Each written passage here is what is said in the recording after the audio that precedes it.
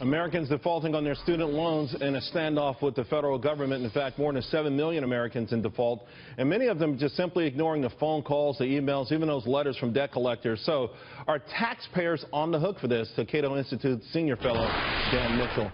Dan, we see the number now well over $1 trillion. It's gone up extraordinarily since President Obama moved out the so-called middleman.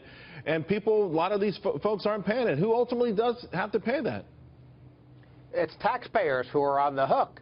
Here's an analogy that I think will make this clear. Remember during the housing bubble, we had these government programs like Fannie Mae and Freddie Mac pushing out cheap money and luring people into taking out home loans that ultimately backfired? Well, we now have the government as a predatory lender pushing out these what sound like great loans to people, but those loans in turn are jacking up tuition prices at colleges and universities because they're just special interest groups figuring out how to get more money out of this system. And then these people, the former students, are sitting there with a big pile of debt.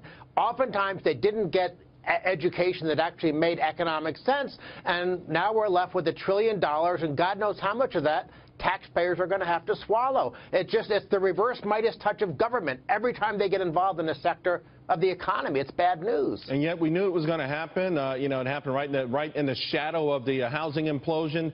President Obama pushed everyone out who might have reasonably rejected a poetry degree for $100,000 and said, you know what, you can have it, rubber stamped them all. Now, though, we hear Hillary Clinton talking about debt-free college and free college for families making up to $120,000. So we're talking about a problem that's already in many minds a ticking time bomb becoming exponentially even worse. Yeah. Think about it this way. If you're an administrator at a university or a college, you're hearing this rhetoric out of Hillary Clinton, and you're thinking, oh, boy, we'll be able to double our staff. We'll be able to all pay ourselves higher salaries. Some of the worst administrative and bureaucratic bloat in America is at colleges and universities because of all this government intervention, all these government handouts and programs. Now, by the way, I'm not excusing the individuals who took out these loans. Just like if you got one of these easy money home mortgages back in 2007, you still should be ultimately responsible. But on the other hand, these people are being victimized by the government giving out free money that winds up being captured by the universities, and the students are left holding the bag. Here's the one reform that would change it.